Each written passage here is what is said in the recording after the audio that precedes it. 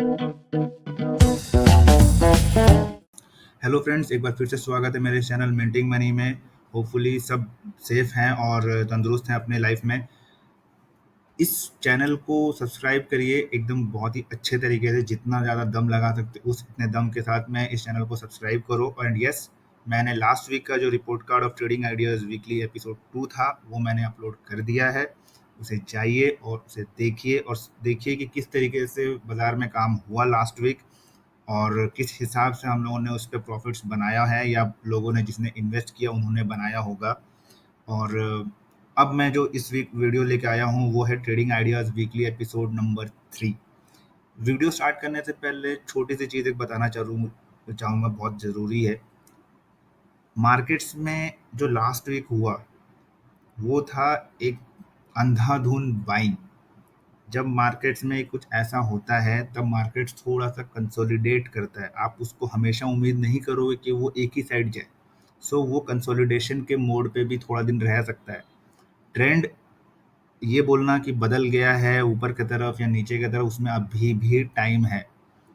ये जो आप देख रहे हो ये वीडियो, ये अभी भी मेरे लिए एप्लीकेबल है। यस, ये 8,000 का लेवल जो है वो क्या होगा नहीं होगा वो जून एंड पे अपने समझ लेंगे इस चीज़ को। बट यस, फिलहाल जो ट्रेंड है वो थोड़ा ऊपर है। वो अगर आप वीडियो को जब आप कंटिन्यू करोगे, जब आप देखोगे तो आपको समझ में आएगा कि यस, निफ्टी में क्या चल रहा है, बैंक निफ्टी में क्या चल रहा है, क्या स्टॉक्स हैं जो अपने को इस वीक अपने फोकस में रखना है। वीडियो को कंप्लीट देखना, थोड़ा सा भी मत छोड़ना है, क्योंकि मैंने वीडियो में क्या किया है, मैंने कहीं पे भी ये मेंशन नहीं किया आपको इस रेट पे बाई करना है, इस रेट पे सेल करना है। वो लिख के नहीं दिया है। आपको पूरा वीडियो उतनी ही मेहनत के साथ देखना है जितनी मेहनत के साथ आप एक स्टॉक को परचेज करते हो, उसको सेल करते हो एंड फिर अपने प्रॉफिट्स को एंजॉय करते हो। तो चलते हैं और वीडियो देखते हैं कि इसमें इस वीक में अपने पास में क्या क्या स्टॉक्स है जिस पे अपने को फोकस करना है। चलिए, सो फर्स्ट चीज़ जो हम चेक करने वाले हैं इस वीक के लिए, जो जिनका लेवल्स बहुत इंपॉर्टेंट रहेगा निफ्टी के लिए, वो रहेगा कि निफ्टी में क्या हो रहा है। निफ्टी में आप देखो, जो मैंने एक यहाँ पे एक ब्लू लाइन बनाया है, एक ग्रीन बनाया और एक रेड बनाया है। सो अब ये आपके लिए, अब हमेशा आपके लिए की पॉइंट्स होगा। ब्लू पॉइंट जो भी रहेगा वो मेरे लिए एक इंपॉर्टेंट लाइन है, जिसके ऊपर या नीचे ही मार्केट्स अगर जा रहा है तो वो बाइंग में रहेगा या सेलिंग में रहेगा। वो एक रिवर्सल पार्ट होगा। वो ऊपर की साइड भी हो सकता है, वो नीचे की भी साइड हो सकता है। अब आप देखो कि यही लेवल पे 2 बार मार्केट्स रिवर्स हो रहा है। यहाँ भी रिवर्स हुआ, फिर वापस से यहाँ भी रिवर्स हुआ और अब आप देखो कि वहीं पे ही उसने क्लोज भी आसपास लाके किया है। मार्केट्स का ट्रेंड डाउन था, 8,800 को बाजार ने रिस्पेक्ट किया है और उसके बाद अब मार्केट्स में आप देखो एक अच्छा रैली हुआ, यानी कि एक अच्छा ट्रेंड में मार्केट्स ने काम किया है। मूविंग फॉरवर्ड, अब निफ्टी के लिए इस वीक में 10,415 एक इम्पॉर्टेंट लेवल है जिसके ऊपर वो जा सकता है। मतलब कि हम इस वीक में ये उम्मीद कर सकते हैं कि यस, निफ्टी 10,415 के लेवल्स के आसपास क्लोज कर सकता है, लेकिन उसके लिए उसको 10,200 क्रॉस करना जरूरी होगा। हाँ, और एक इम्पॉर्टेंट चीज़ कि 10,415 ये वो लेवल है जहाँ पर जितने भी मार्केट में सेलर्स बैठे होंगे वो सब के सब बायर्स में कन्वर्ट हो जाएंगे। याद रखिएगा, ये जो लेवल होगा ये बहुत ही ज़्यादा टस्सल वाला होगा। मार्केट्स ऊपर भले खुल जाएंगे बट वहाँ पर सेलिंग का प्रेशर हमेशा मिलेगा। मार्केट्स में रिवर्सल तब तक नहीं होगा जब तक ये जो ट्रेंड लाइन है तब तक गिरता नहीं है। अगर मार्केट में कोई सेलर भी है तो उसको हड़बड़ाने की जरूरत नहीं है, अभी ट्रेंड उनके तरफ आया नहीं है और बायर्स थोड़ा सा कॉशियस हो जाओ, क्योंकि जरूरी नहीं है कि हर समय मार्केट सीधा जाएगा। जब मार्केट नीचे आ रहा था तब भी मैंने ये सबको समझाया था और अब मार्केट जब बढ़ रहा है तभी मैं यही समझा रहा हूँ। रिवर्सल 9,600 के नीचे ही आएगा फॉर बियर्स, और फॉर बायर्स आपके लिए नया टारगेट, अगर आप 10,200 के ऊपर होल्ड कर जाते हो तो आप 10,415 तक जा सकते हो। सेकंड चीज जिसके बारे में हम लोग को पता करना जरूरी है वो है बैंक निफ्टी। बैंक निफ्टी ने एक बहुत ही हैंडसम रिटर्न दिया है इस वीक में, लास्ट के 7-8 दिनों में। और आप देखो कि 17,300 के लेवल से इसने 21,000 के लेवल तक को टच किया, यानी कि करीब 4,000 पॉइंट्स का इसने मूवमेंट दिया। जब मार्केट्स, एक चीज नॉर्मल से समझने की कोशिश करो, जब मार्केट्स ऊपर से नीचे गिर रहा था तब लोग रिवर्सल की बात कर रहे थे कि अरे नहीं, और नहीं गिरेगा, और नहीं गिरेगा, और नहीं गिरेगा। बट जब मार्केट्स अब रिटर्न करना शुरू कर रहा है तब किसी के भी मुंह से ये नहीं आ रहा है कि अब मार्केट अब यहाँ से रिवर्स हो सकता है, नीचे आ सकता है। ये ऐसे बाजार में काम नहीं होता है। आपका बाजार में लेवल्स को इम्पोर्टेंस देना बहुत जरूरी है। अब आप देखो ये जो एक लाइन है, अगेन 21,200 का लेवल, इसके ऊपर अगर ये क्लोज करता है तो फिर हम जाके 21,000 मतलब 22,000 के लेवल तक आ जाएंगे, और 22,000 will be again a important part, जैसे कि निफ्टी में 10,450 का लेवल मिलेगा।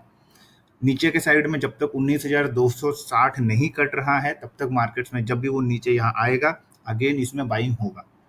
ठीक है, तो जब तक अब मार्केट जो है हो सकता है कि कंसोलिडेशन पे जाए, बट अगर निफ्टी का मैं एक्सपेक्ट कर रहा हूँ कि इस वीक अगर वो 10,200 को अगर सस्टेन करता है तो इट कैन गो 10,415 और 10,450। तो उसी तरीके से बैंक निफ्टी भी जो है वो 22,000, 22,200, 300 के लेवल तक जा सकता है। सो ये है निफ्टी और बैंक निफ्टी का लेवल, जिसको आपको नोट डाउन करना, आप नोट डाउन कर लो। इसके इस लेवल्स में, इस रेंज के साथ प्ले करना है, आप इसको प्ले कर लो। लास्ट वीक हम एक स्टॉक के बारे में से, जो हमारा ट्रेडिंग आइडिया जो इस वीक अपने कंटिन्यू करने वाले हैं अपने एपिसोड 3 में, उसमें लास्ट वीक से एक स्टॉक जो है वो हम इस वीक में कैरी फॉरवर्ड ला रहे हैं, और वो है हिकाल लिमिटेड। अब देखो हिकाल लिमिटेड में अगेन ये स्टॉक अपने ट्रेंड लाइन को ही फॉलो कर रहा है, उसके नीचे वो क्लोज नहीं दे रहा है और वो अभी भी ऊपर है। सो आई एम अगेन एक्सपेक्टिंग कि ये स्टॉक अगर अपना 110 के लेवल के नीचे नहीं जाता है तो ये 134 अगेन कर सकता है। जिनके पास भी ये स्टॉक अब होल्डिंग में है, ध्यान से सुनिएगा, जिनके पास भी ये स्टॉक होल्डिंग में है, अब उनका नया स्टॉप लॉस 116 है। 116 जो है वो आपके लिए इंपॉर्टेंट लेवल है। उसके नीचे अगर बाजार क्लोज होता है तब आपको ये स्टॉक से एग्जिट कर जाना है, और एल्स आपको 134 पे अपना प्रॉफिट जो है बुक करना है। सेकंड स्टॉक जो अपने को इस वीक में फोकस करना है वो है हिंडाल्को इंडस्ट्रीज, और मेटल्स ऑब्वियसली बहुत ज़्यादा ऑन फायर है, बहुत अच्छा वो मूवमेंट भी कर रहा है। आपको एक चीज़ ध्यान देना पड़ेगा कि मैंने जो भी ये ब्लू लाइंस बनाया है ये आपके रेफरेंस के लिए है, कि इसके ऊपर अगर अपने को क्लोज करता है कोई भी स्टॉक कोई भी दिन, तो फिर हम उसके बाद ग्रीन लाइन जो है उसके पास पहुंच सकते हैं, उसके बाद उसके सेकंड वाले पहुंच सकते हैं। ये जो रेड लाइन है, ये रेड लाइन आपका स्टॉप लॉस नहीं है, ध्यान से सुनिएगा, ये रेड लाइन आपका स्टॉप लॉस नहीं है, ये ट्रेंड रिवर्सल वाला पार्ट है। यहाँ से बाजार में जो बाइंग का मोड था वो चेंज होकर सेलिंग के मोड में कन्वर्ट हो जाएगा। सो अब बात करते हैं ट्रेड का। हिंडाल्को लिमिटेड में जो इंडस्ट्रीज जो चल रहा है वो अभी अपने बंद हुआ है 149 के आसपास, और वो मेरा जो लाइन है ये 146 है। सो अपने को कल के दिन पे अगर ये स्टॉक 147, 148, 149 कहीं पे भी अगर स्टॉक मिलता है तो अपने को परचेज करना चाहिए for a target of 162 and another target of 171। अब आप बोल रहे होगे कि स्टॉप लॉस क्या होगा, तो स्टॉप लॉस ध्यान से सुनिए, 137 से लेके 138, 137, 138 जो रहेगा उसके नीचे अगर ये स्टॉक क्लोज कर जाता है तब फिर अपने को इस स्टॉक से एग्जिट करना है। एक बार फिर से रिपीट कर रहा हूँ, मैं लेवल्स जानबूझ के यहाँ नहीं लिख रहा हूँ, क्योंकि लोग लेवल्स लिख के ले जाते हैं बट उसको समझते नहीं हैं, और उस चक्कर में जब उनका नुकसान होता है देन फिर वो मुझे कॉल करते हैं। सो फिर से समझा दे रहा हूँ, अगर हिंडाल्को लिमिटेड कल आपको इसी रेंज के आसपास मिल जाए तो इसको बाई करना है अपने को। अपना स्टॉप लॉस 137 होना चाहिए, 138 होना चाहिए फॉर अ टारगेट ऑफ 162, 171। ये सजेस्टेड है, क्योंकि ये स्टॉक ने अपने इस लाइन को, यानी कि जो इसका रेजिस्टेंस था उसके ऊपर क्लोज दिया है, और क्लोज देने के बाद में स्टॉक अच्छा मूव करता है। ये स्टॉक एक अच्छा खासा रैली के साथ ही चल रहा है, और अभी भी इसमें भी कोई ट्रेंड रिवर्सल नहीं है नीचे के लिए, इवन ये उल्टा स्ट्रॉन्ग समझ में आ रहा है मुझे। नेक्स्ट स्टॉक पे जाते हैं। नेक्स्ट स्टॉक जो है वो रहेगा BPCL, Bharat petroleum corporation limited. इसमें अब देखना ये है कि अब आप देखो स्टॉक का रेजिस्टेंस, देखो ये लाइन अगेन अगेन ये लाइन 374.85, स्टॉक क्लोज हुआ है 370 के आसपास। अगर ये स्टॉक 375 के ऊपर ट्रेड करना शुरू करता है और उसके ऊपर एक कम से कम नहीं भी तो 1 घंटे से ऊपर अगर ये सस्टेन करता है, तब आपको ये स्टॉक परचेज करना है, तब आपको ये स्टॉक परचेज करना है for a target of 400 and 437। ये इस लेवल को भी आ सकता है। रीज़न बहुत ही सिंपल है, क्योंकि अभी जितने भी ऑयल सेक्टर कंपनीज हैं उसमें एक अच्छा खासा बूम आने का उम्मीद है मुझे। आप देख भी सकते हो आईओसी में एक बहुत अच्छा बूम आया था। मैंने अपने पहले वीक पे ट्रेडिंग में सजेस्ट किया था, मेरा स्टॉप लॉस हिट हो गया था फर्स्ट डे को ही, लेकिन उसके बाद उस स्टॉक ने बहुत अच्छा मूवमेंट किया। मैंने उसे 74 75 के रेंज से उसको आइडेंटिफाई किया और आज वो 90 के ऊपर है। चलिए वो चीज़ पुरानी बातें हैं, नई बात पे आते हैं कि अगर अपने को कल ये स्टॉक 375 के ऊपर मिले तो अपने को इसको बाई करना चाहिए, और अपना स्टॉप लॉस जो है वो बहुत ही छोटा होना चाहिए, क्योंकि अपना ज़्यादा कैपिटल रिस्क नहीं कर सकते हैं। तो 360 के स्टॉप लॉस, यानी कि अगर आप 75 375 के ऊपर परचेज कर रहे हो तो 360 पे आपका स्टॉप लॉस होगा, ऑन अ क्लोजिंग बेसिस। अगर स्टॉक उसके नीचे क्लोज करता है, आपको एग्जिट करना है, तो आपको ये टारगेट 405 रुपये तक जा सकता है। यानी कि आपको मैं यहाँ पर सजेस्ट कर रहा हूँ कि अगर आप इसको परचेज करते हो फॉर 15 रुपीज़ स्टॉप लॉस, तो आपको करीब करीब 30 रुपीज़ से ज़्यादा का टारगेट इसमें अचीव हो सकता है। नेक्स्ट स्टॉक जो है वो है TCS, टाटा कंसल्टेंसी सर्विसेज। अब आप देखो यहाँ पे भी यही चीज़ मैं सबको को समझाना चाह रहा हूँ कि मैक्सिमम स्टॉक्स में, सारा जो भी स्टॉक्स आपको बता रहा हूँ, ये निफ्टी के स्टॉक्स हैं, कुछ सिर्फ एक हिकाल को छोड़ते हुए वो सारे स्टॉक्स अपने रेजिस्टेंस पे हैं। यही मेरा मेन पॉइंट है इस वीडियो में समझाने का कि सारे के सारे स्टॉक्स अपने मेजर रेजिस्टेंस पे हैं, जहाँ से उनका कहीं भी ट्रेंड बदल सकता है। वो वापस से यहीं से फिर से नीचे आ सकते हैं, वो यहीं इसको सस्टेन करके इसके ऊपर निकल गए तो अपना टारगेट अचीव कर सकते हैं। सो आप देखो ये चीज़ हर एक स्टॉक में वैसे ही कुछ मिल रहा है आपको, कुछ अलग नहीं है, ऐसा कुछ नहीं है। चलिए ठीक है, बात करते हैं इसके बारे में। यहाँ पे स्टॉक ने भी एक अच्छा ट्रेंड बनाते हुए धीरे धीरे धीरे धीरे अपने आप को रेडी किया है और स्टॉक अपना अच्छे क्लोजिंग पे जा रहा है। बट अब प्रॉब्लम क्या हो गया है कि 2090 के ऊपर ये स्टॉक अगर अपने को मिलता है तो आपको अच्छा इसमें शॉर्ट टर्म गेन हो सकता है। अगर 2090 के ऊपर आपको अगर स्टॉक सस्टेन करता है वो दिखता है तो आपको उसको परचेज करना चाहिए फॉर टारगेट ऑफ 2220 एंड 2290।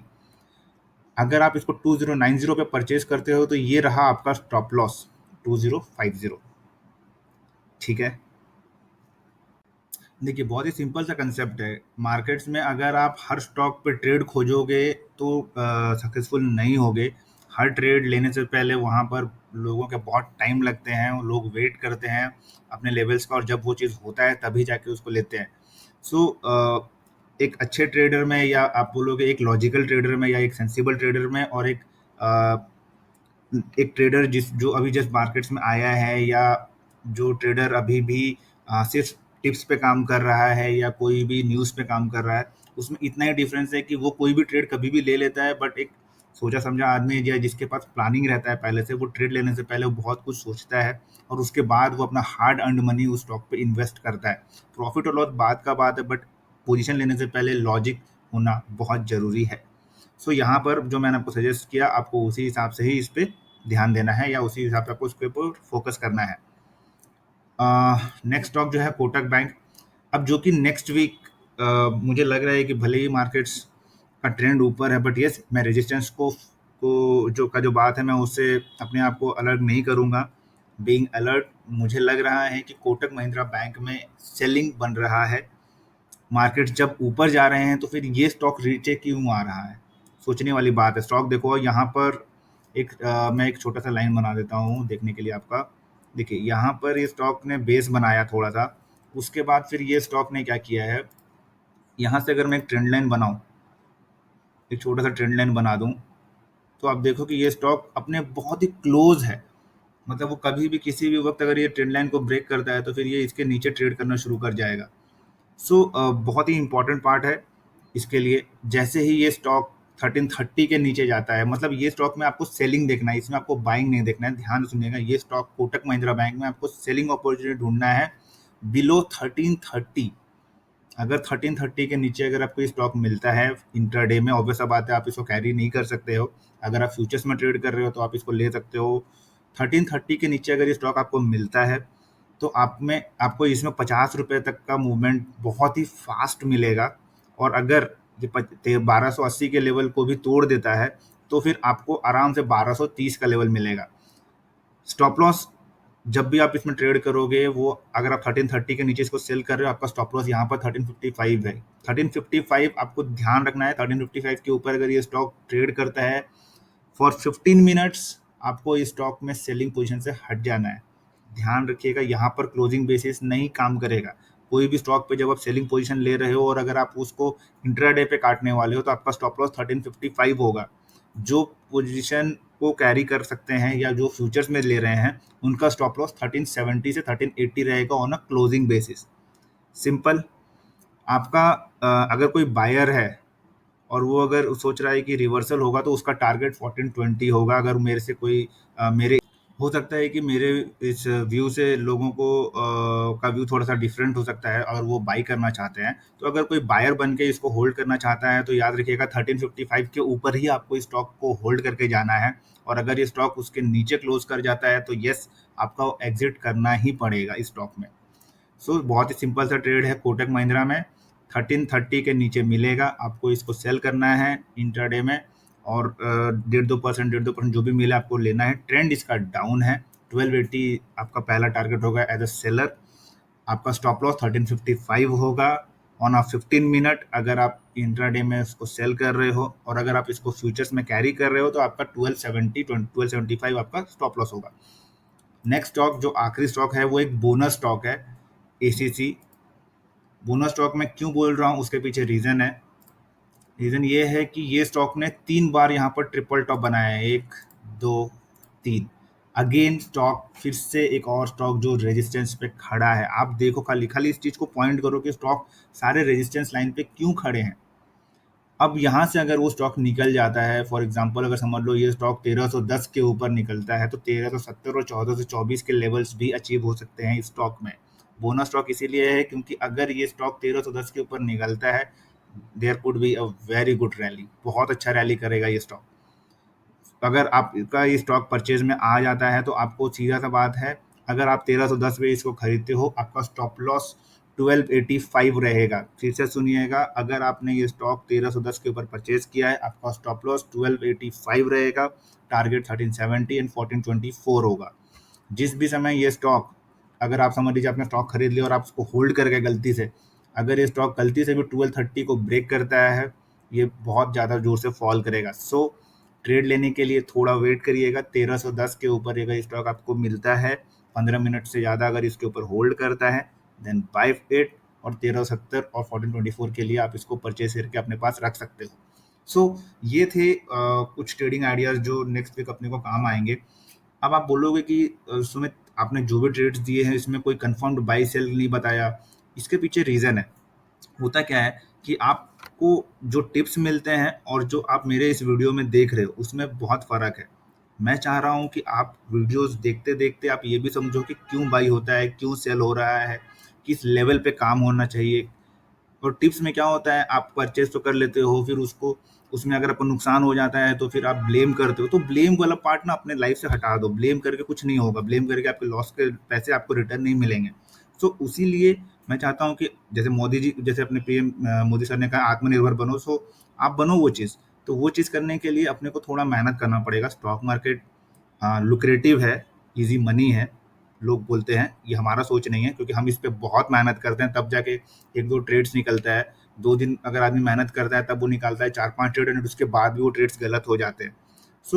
थोड़ा वर्क करना पड़ेगा। बिना वर्क करे तो पैसा नहीं बनता। आप भी महीने भर काम करते हो, फिर सैलरी मिलता है, या बिजनेस में एक अच्छे जगह पे इन्वेस्टमेंट करते हो, उस पर टाइम देते हो, तब जाके आपको पैसा बनता है।